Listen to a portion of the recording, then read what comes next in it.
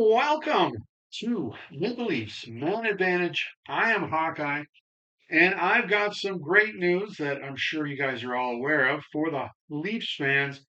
We have advanced to the second round of the playoffs. Good job, Toronto. And in this video, another special presentation, I guess, from Hawkeye. I'm going to talk about that, a little bit about that playoff round against the Ottawa Senators and the upcoming series they're going to have against the Florida Panthers that they played, I believe it was 2 years ago in the second round as well. But I'm going to talk about both those things. And as you can see, it's now May, so I got a new leaf up on my calendar. That's Yelly Yarncroc, sorry, uh, on the calendar there, flipped over. So there you have it. So now, in the first round of the playoffs, the Leafs were playing the Ottawa Senators once again, and they were victorious. And I believe, I think Toronto's 6-0 now in the playoffs against Ottawa in the series when they face off in the playoffs. Sorry to Senator fans if there's any out there watching this, watching a guy wearing a beautiful jersey like this. Um, but that's a broken record for Senator fans. But to those fans, I would not take any negativity from this series. There was a lot of guys playing in your lineup that had some learning to do. The first time in the playoffs for them. And for Toronto, this is what their ninth season in a row in the playoffs. So, um, yeah, there was some learning curve going on there for some of the Senators, but definitely I would look at this as a step in the right direction. Absolutely, you're in the playoffs, so you're in the series. So anyways, in the series, Toronto was up 3-0 before Ottawa won a couple of games, and I got to be honest with my Leaf fans out there, I literally thought the Leafs were going to blow this. When the Senators tied it up at two, I was just oh. I was done. My wife was probably laughing at me in the background, but um, I couldn't believe it. The Leafs had the lead. They were up 2-0. They let Ottawa come back and tie it up, but in the end, Toronto did storm ahead and win the game in the third period. Though I did see the first game, and then I saw games 4, 5, and 6. I didn't see games 2 and 3. I was working at the time. I didn't PBR it. I just, you know, let it happen. I'm going to find out what happens. A lot of guys at work are Leaf fans or hockey fans, so there's a lot of blabbing going on about hockey. So I let it happen. But hey, luckily, it wasn't like late in the series, but I did see most of the series, which was great. So what did I see? Well, first off, I got to say, I really like Matthew Nice. He's stepping up big time. He looks great. Um, in game one, the Senators were really just getting really stupid penalties. They were crossing the line, doing stupid things. Toronto did some stupid things in this series too. I gotta say, man, can we stop with the cross checks to the head, or cross checks to the lower body, like the lower back and stuff like that? I'm not saying just throw your mitts and grab the guy and pummel him and stuff like that, but there's got to be something better to do than that. I find that extremely dirty. And at one time, if you did do that to somebody, you'd have to answer the bell if you're going to do an action like that. Or, there's some suspensions laid here for interferences in the Florida Tampa series. The one that Hagel threw, I thought that was so dirty. I'm not saying the one Kachuk threw wasn't dirty either, but at least he had the puck. But yeah, there's a lot of stupid. Maybe there always was in playoff hockey, but there's some stupid stuff going on. That's costing the team when you do that kind of stuff. Now in Game Four, the Leafs literally could have had it. They could have swept this series. It doesn't matter that they didn't. They won the series, and that's what's important. But they could have had it, but they just didn't take advantage of that double minor for high sticking. I think they hit two posts but Ottawa came back and they scored to take game four. Game five, this was definitely Allmark's best game overall. Um, but hey, I don't think the Leafs actually pressured enough offensively, in my opinion. They ended up not scoring any goals. And then game six, they took it 4-2. Willie Nylander scored 2 goals and had an assist. And it was his birthday. But I gotta say, I think he probably was the first star of the game. But I gotta say, I thought he looked pretty awful out there at times as well. But hey, in the end, he was able to work offensively very well for Toronto there, and 2 goals and assist. Can't complain about that. No, not at all. So now what? Well, the Leafs are going to face the Florida Panthers. And people, now the challenge starts. This is going to be way more difficult, in my opinion, to knock off the Florida Panthers than it was to knock off the Ottawa Senators. A bunch of baby-faced hockey players who are learning on the job. I mean, certainly they had Claude Giroux and David Perron in their lineup with Ottawa. Even Allmark, they have playoff experience, but a lot of these guys did not. Um, Florida won the Stanley Cup last year, and they look like they're going to make a challenge for it again. Um, so let's look at the Ottawa series first, and then I'll jump over to Florida as our next upcoming series. Just look a little bit at some of the players and the numbers and stuff like that. And what I'll do, I'll fire up numbers, probably just for the goalies, their stats, as I talk about it too. So looking at Ottawa first, Brady Tkachuk was the big point guy in Ottawa. He stepped up. He scored 4 goals and had 7 points over the course of 6 games. He was getting it done. He played well, I think. I didn't like it in Toronto when I heard the fans chanting "Brady sucks." I was like, "Don't poke the bear, guys! Don't." Uh, Start chanting the goalie's name. That's smarter, I think. But anyways, they were doing it. I don't think Brady sucked in this series. He played well, did real well. He was very intense. And boy, I hated playing this guy. And I'm going to hate playing his brother Matthew in this upcoming series as well. He's going to be just the same. And they seem to do it with that smile on their face. Oh, I don't like it. But there you have it. Now, I think the problem that Ottawa had in this series, I was mentioning it. I wasn't saying it's going to be a problem. It was a question I had with Linus Allmark in net. I think there's a problem there. Sorry, I don't want to make a big situation of that just to try and get a view or two more. That's not what I saw it with my own eyes watching these games. Um, and the numbers will tell you a story as well. I'll share those with you too. So, um, Allmark's numbers in the series, he was 2-4, whatever on that. He had a good goals against average, 2.84. He even had a shutout in game five. Okay, great. But I gotta say, I think game five was the only game I personally thought he played well enough to win a game. The others, he didn't really, in my opinion. His save percentage in the playoffs in those 6 games was 880.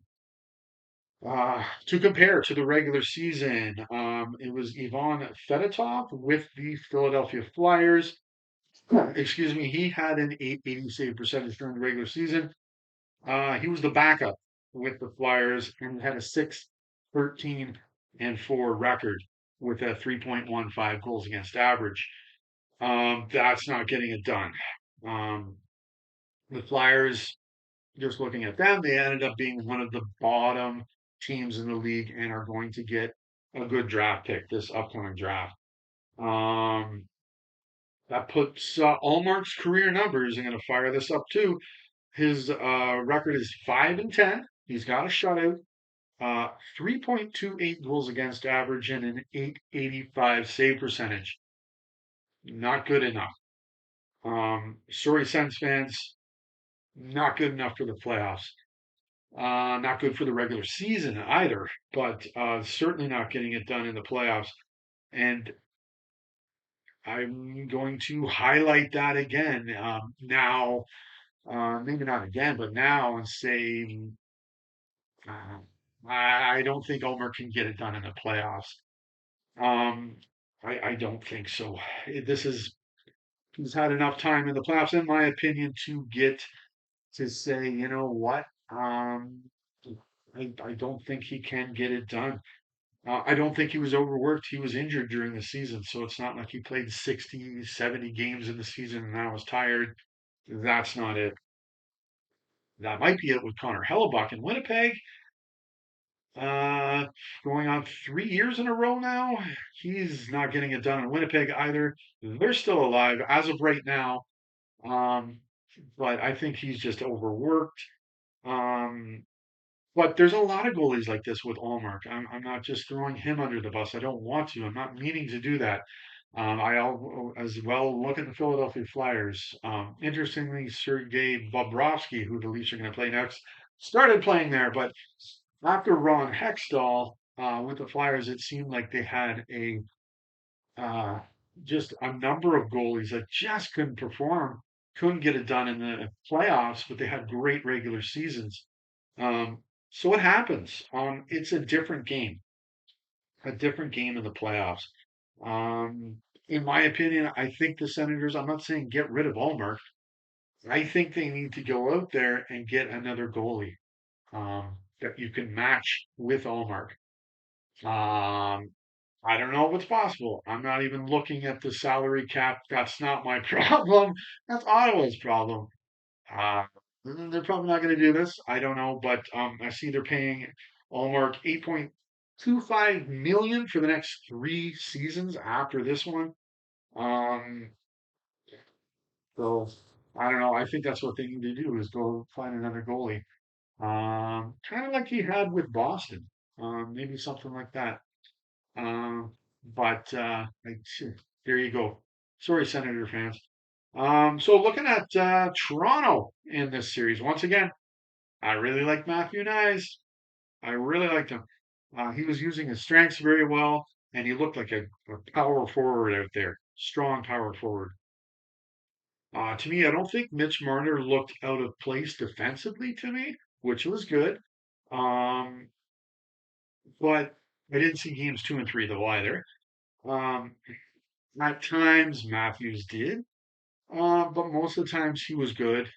I'll remember him firing that pass up in the on the power play through the middle of the ice, right onto a Senator's stick, and he comes down and scores a shorthanded goal. That was not good. Um, I didn't like that at all. But and Nylander, we all know Nylander's game.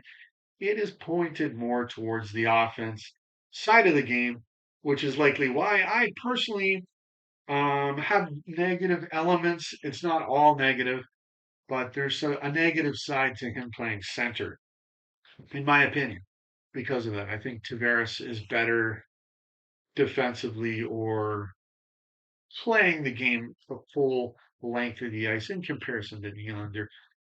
So there you go. Offensively, though, it was working here for Toronto. Nylander led the squad with 3 goals, 9 points in 6 games. Terrific. Marner had a goal, 7 assists to lead the team, 8 points, 6 games. Terrific. Matthews scored 2 goals, 7 points in 6 games. Terrific. Tavares had 3 goals, 5 points in 6 games. Good job.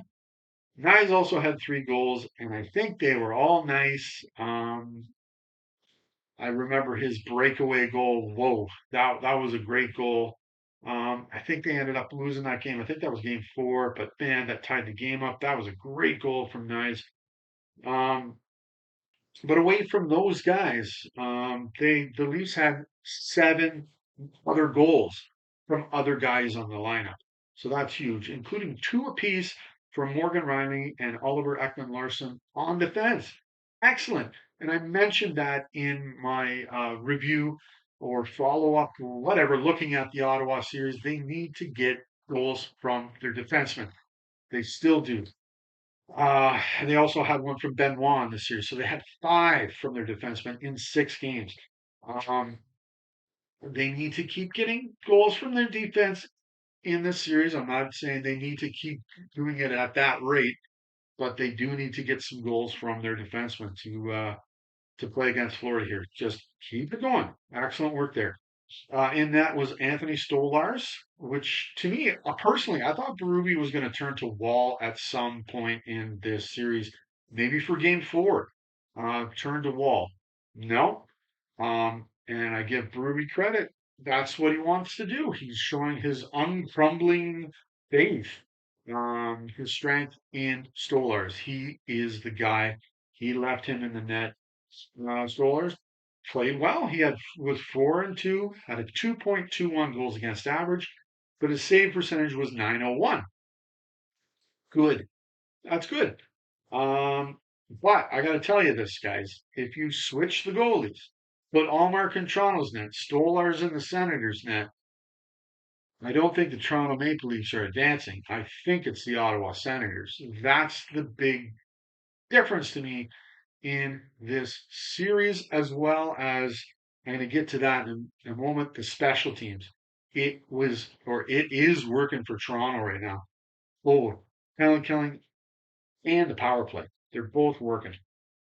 So their power play was 35.3% in that opening series. That's great. The LA Kings are 40%, but guess what? They're eliminated. They're gone. So the only other team at this point, in Game 7 at Dallas, Colorado, hasn't played as well as Winnipeg, and St. Louis hasn't played either. But right now, it's the Edmonton Oilers are the only team in the playoffs right now that are above Toronto with their power play. Theirs is at 38.5. Not surprising. They got guys like Connor McDavid, Leon Draisaitl there, so it's not shocking. Now, Toronto's penalty killing, it's also working. It's 80%. That's good. Good enough. Um, Now, for the next series against Florida, try. This is extremely important. Keep these special teams working.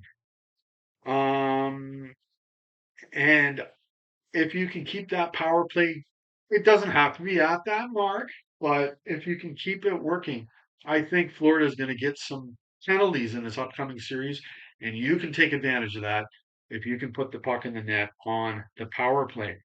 And the penalty killing, just improve it a little. Maybe in this last series, just shaving off one power play goal. I think Ottawa had 3 in the 6 games. I think. I'm not. I'm not 100% sure. I could be wrong on that, but maybe just shaving off one goal against on the power play would do it. Um, so yeah, maybe try and improve that penalty kill a little bit. So looking at Florida, they're kicking it. Their special teams are working as well. Their penalty killing is 88.9. Carolina Hurricanes, I think right now, as of right now, the only team above them, they have 100% penalty killing. Amazing. But Florida's power play is also doing well. Now, a lot of teams are got power plays better than Florida right now. I think currently they're in eighth, but that doesn't matter. It's still working. It's 25%. Quarter of the time they're getting a goal. That's good. Uh, so Toronto, your special teams are working. Keep at that. Make sure they don't fail at this point, or that could cost you. Could be huge. So keep those special teams working. So Florida in the opening series, it was Matthew Tkachuk and Sam Bennett who led the team. They had 3 goals each. They also both of them had 5 points. Sam Reinhart led the team. He had 6 points and he had 2 goals. Um, in the 5 games Florida played, they had 10 different scorers. So that's really good. It's like Toronto. They had a number of guys scoring for them. This is interesting right here. I don't know if everybody else has mentioned this or not, but in that, Sergei Bobrovsky, he played all the games for Florida. He played well, just as well as Stolarz did in Toronto. He was 4-1. He had a shutout. but he had a 2.21 goals against average and a 901 save percentage. Exactly the same numbers as Stolar's, the goals against average and the save percentage. Interesting. So, in this series, what do I think is going to happen here? Do I think Toronto has a chance to advance to beat Florida and get to the semifinals for the first time since 2004? Was it then or two? It was way too long ago. I want to win a Stanley Cup, but yeah, it's been over 20 years. Is it possible? Well, of course it is. They're going to play these guys. They're in the playoffs, but they got to do a lot of things right here. Um, I don't think it's going to come down to goaltending. I think both teams are going to have good goaltending. It won't come down to that. Um, Kind of like last year in the Bruins series.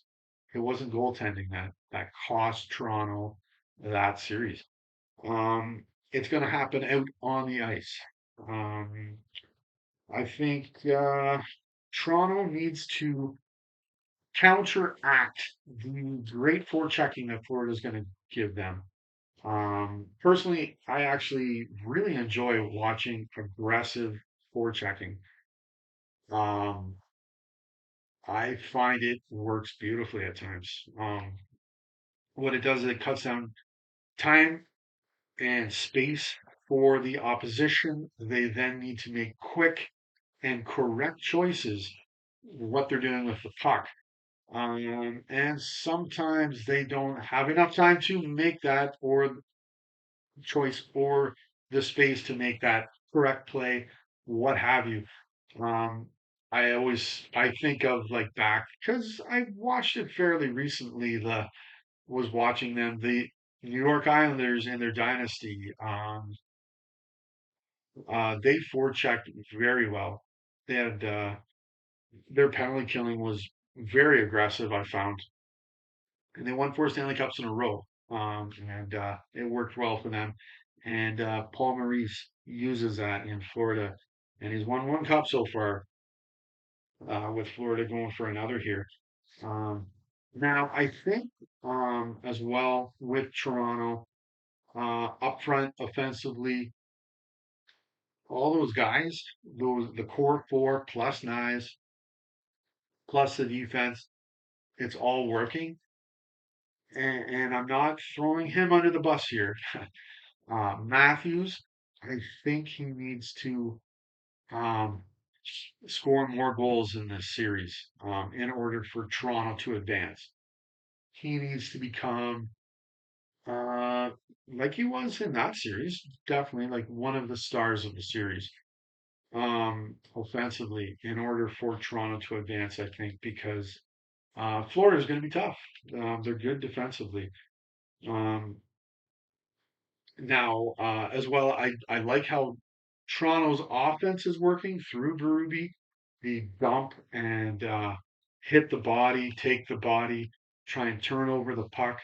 That might be a good way to counteract the forecheck, but you still need to make the correct, right decision while they forecheck you and come up with a plan and how to uh, get the puck down into their zone and not giving away the puck at center ice or in your own zone, anything like that. You need to get that puck up the ice. You need to have a game plan on that.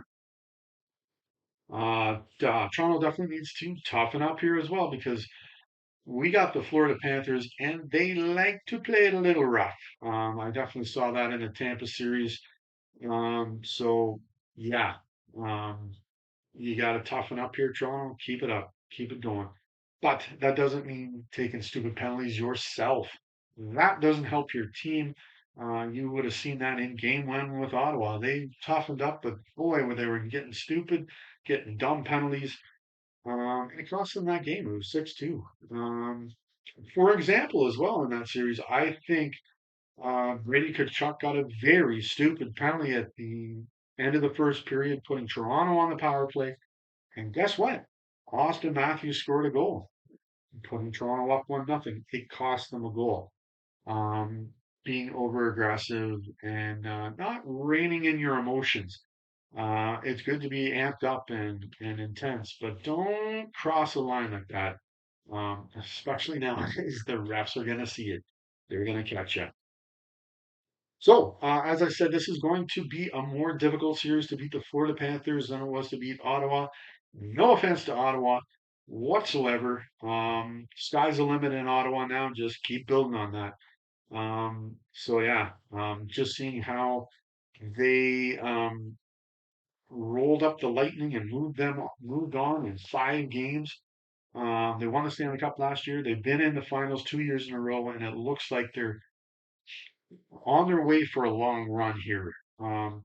Toronto needs to be ready for that and work towards upending the Stanley Cup champions. And who knows what would happen if you can do that? You're then off to the semifinals. There's then only 4 teams left, and thing is, you're only halfway there. But yeah, there's some big things Toronto needs to do, and that's it. So yes, I hope you guys are enjoying the playoff hockey. I know I am. I haven't watched playoff hockey like this in a very long time. I'm enjoying it. I'm gonna watch a game tonight, a game tomorrow night, and then we're off to the second round. See what happens. Um, but anyways, until next time. That's right. Go Leafs, go!